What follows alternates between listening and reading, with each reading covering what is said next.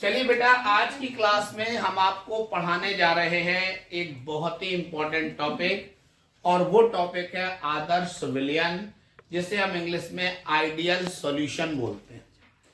तो आज हम लोग क्या पढ़ने जा रहे हैं? आदर्श विलयन के बारे में हम लोग पढ़ेंगे। तो आइए हम लोग डिस्कशन करते हैं आदर्श विलयन के बारे में। आदर्श विलयन क्या होता है? ये आदर्श विलयन सब लोग सुन लें जरा। हम लोग लिखेंगे कि वे विलयन जो ताप और सांद्रता की प्रत्येक परिस्थिति में राउल्ट के नियम का पालन करते हैं, आदर्श विलयन कहलाते हैं। तो वे विलयन जो ताप और सांद्रता की प्रत्येक परिस्थिति में राउल्ट के नियम का पालन करते हैं, आदर्श विलयन कहलाते हैं। क्या आप जानते हैं आदर्श विलयन का उदाहरण क्या होता है? आदर्श विलयन का उदाहरण है जैसे कि बेंजीन और टॉलुइन। तो जो बेंजीन और टॉलुइन होते हैं, ये आपस में मिलकर आदर्श विलयन बनाते हैं। इसके अलावा मैं बता दूं हेक्सेन और हेप्टेन। जो हेक्सेन और हेप्टेन है बेटा, ये आपस में मिलकर आदर्श विलयन बनाते हैं।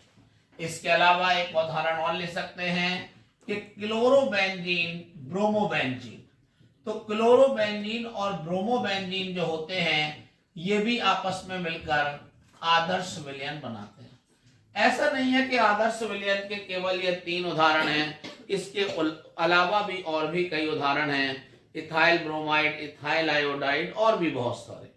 तो अगर कोई पूछता है आदर्श विलयन क्या है, तो आपको कॉन्फिडेंस से आंसर दे देना है कि वे विलयन जो ताप और सांद्रता की प्रत्येक परिस्थिति में राउल्ट के नियम का पालन करते हैं, आदर्श विलयन कहलाते हैं। जैसे बेंजीन, टॉलुइन, इसके अलावा हेक्सेन, हेप्टेन, इसके अलावा क्लोरोबेंजीन, ब्रोमोबेंजीन आदि, ये बेटा आदर्श विलयन के उदाहरण। अब प्रश्न पेपर में कई बार ये भी आ जाता है कि आदर्श विलयन के लिए आवश्यक परिस्थितियां क्या होती। परिस्थितियों को हम शर्तें भी बोलते हैं कि आदर्श विलयन के लिए जरूरी शर्तें क्या होती। तो इसका एक नाम परिस्थिति भी है, दूसरा नाम शर्तें भी है। तीसरा नाम कई बार यूज होता है आदर्श विलयन की आवश्यक दशाएं कौन सी हैं, तो वो भी वही चीज है। या फिर आवश्यक वैधताएं कौन सी हैं, तो भी वही चीज है।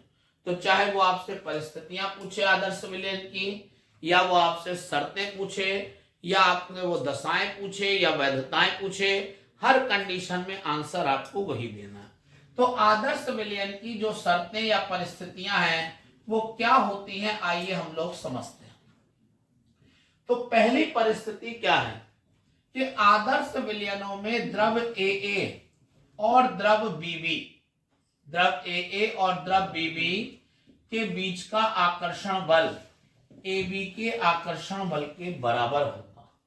वो कहते हैं जो आदर्श विलयन है उसमें द्रव AA, हमने इसे मान लो द्रव A मान लिया, इसे हमने मान लो द्रव BB मान लिया, तो इन दोनों के बीच का जो आकर्षण बल होगा वो किसके बराबर हो जाएगा? AB के आकर्षण बल के बराबर हो जाएगा। वो माइनस नहीं है, डैश है, ठीक है ना। तो AB के आकर्षण बल के बराबर होता है। तो आपको याद रखना है कि इसमें द्रव AA और द्रव BB के बीच का जो आकर्षण बल है, वो AB के आकर्षण बल के कैसा होता है बेटा? बराबर होता है। दूसरी बात बेटा, आदर्श विलयनों के लिए डेल्टा V बराबर 0 होगा। अर्थात जब आप दो द्रवों को मिलाएंगे तब ना तो आयतन बढ़ता है और ना ही आयतन घटता है। तो आदर्श विलयन जो होते हैं उनके लिए डेल्टा V बराबर क्या होता है? 0। अर्थात दो द्रवों को मिलाने पर ना तो आयतन बढ़ता है और ना ही आयतन घटता है। इसके अलावा बेटा मैं बता दूं कि डेल्टा H बराबर 0 होता है। जो आदर्श विलयन है उनके लिए डेल्टा H का मान भी 0 होता है। मतलब कि दो द्रवों को जब आप मिलाएंगे तब ना तो ऊष्मा उत्पन्न होती है और ना ही ऊष्मा अवशोषित होती है। तो जो आदर्श विलयन है उनके लिए डेल्टा H बराबर भी 0 होता है। अर्थात दो द्रवों को मिलाने पर ना आयतन बढ़ता है और ना ही आयतन घटता है। तो अगर कोई पूछे कि आदर्श विलयन के लिए जरूरी शर्तें क्या हैं, तो आदर्श विलयन में द्रव AA और द्रव BB के बीच का जो आकर्षण बल है वो द्रव AB के आकर्षण बल के दूसरी बात डेल्टा V बराबर 0 होता है, अर्थात दो द्रवों को मिलाने पर ना तो आयतन बढ़ता है और ना ही आयतन। डेल्टा H बराबर 0 होता है, अर्थात दो द्रवों को मिलाने पर ना तो ऊष्मा उत्पन्न होती है और ना ही ऊष्मा अवशोषित होती है। तो मुझे लगता है बड़ा आसान सा क्वेश्चन था। क्या आप सबको क्लियर हो गया? Very good. अब आप लोग हम चाहते हैं कि 30 सेकंड का टाइम लेके इसे पहले अपने मन में रिवाइज करें। इसके बाद बेटा हम आपको इस टॉपिक के बाद आदर्श विलयन के बाद इसी में एक वर्ड और एक्सप्लेन करेंगे, अनादर्श विलयन। तो अब हम आपको बताएंगे अनादर्श विलयन क्या होते हैं। ये परिभाषा तो इतनी सरल होती है कि कोई भी स्टूडेंट खुद ही अपने मन से बना के लिख सकता है। क्या आप बता सकते हैं ये परिभाषा क्या है? तो फिर भी आपको मालूम है लेकिन मत बताना, हमसे सुन लो पहले। अनादर्श विलयन क्या होते हैं, नॉन आइडियल सॉल्यूशंस क्या होते हैं। तो वे विलयन, ध्यान देना जरा, वे विलयन जो ताप और सांद्रता की प्रत्येक परिस्थिति में राउल्ट के नियम का पालन नहीं करते अनादर्श विलयन कहलाते हैं। समझ में आ गया होगा? वे विलयन जो ताप और सांद्रता की प्रत्येक परिस्थिति में राउल्ट के नियम का पालन नहीं करते हैं अनादर्श विलयन कहलाते हैं। बेटा अब यहां पर हम अभी एक वर्ड आपको और समझाएंगे और वो है आदर्श विलयन का धन विचलन क्या होता है। आदर्श विलयन का धन विचलन तथा ऋण विचलन, एक साथ बता दे रहे दोनों, धन विचलन तथा ऋण विचलन। तो हम लोग इस समय पर पढ़ने जा रहे हैं कि आदर्श विलयन का धन विचलन क्या है और ऋण विचलन क्या है। ये हेडिंग आप और देख लें। बेटा अगर किसी दिए गए द्रव युग्म का वाष्प दाब, एक्चुअली ये आपको जो युग्म दिख रहा है, युग्म माने क्या होता है? जोड़ा।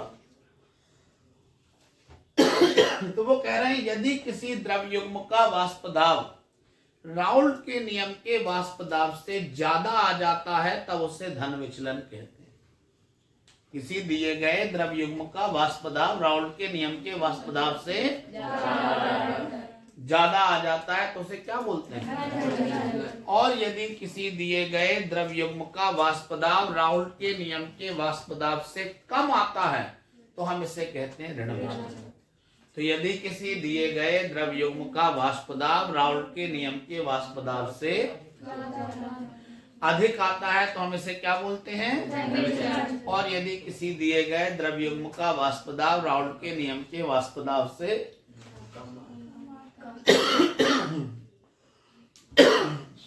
कम आता है तो इसे क्या बोलते हैं? ऋण विचलन कहते हैं। मैं आपको बता दूं कि मैंने धन विचलन और ऋण विचलन के कुछ एग्जाम्पल दिए, जैसे कि एथेनॉल एसीटोन, ये जो विलयन है ये आदर्श विलयनों से धन विचलन प्रदर्शित करता है। ऐसे ही बेंजीन और एसीटोन भी धन विचलन प्रदर्शित करते हैं। जल एथेनॉल, जल methanol, cyclohexane ethanol, carbon tetrachloride benzene, carbon tetrachloride toluene, carbon tetrachloride chloroform, carbon tetrachloride acetone, ये सारे एग्जाम्पल बेटा धन विचलन प्रदर्शित करते हैं। समझ में आ रही है ना? ऋण विचलन कौन कौन प्रदर्शित करता है? क्लोरोफॉर्म एसीटोन ऋण विचलन करेंगे। इसके अलावा chloroform benzene, chloroform di ethyl ether, H2O HCl, H2O NaCl, CH3COOH यानी एसिटिक अम्ल और पेरिडीन, एसीटोन और एनिलीन, फिनॉल एनिलीन, ये सब ऐसे हैं जो ऋण विचलन प्रदर्शित करते हैं।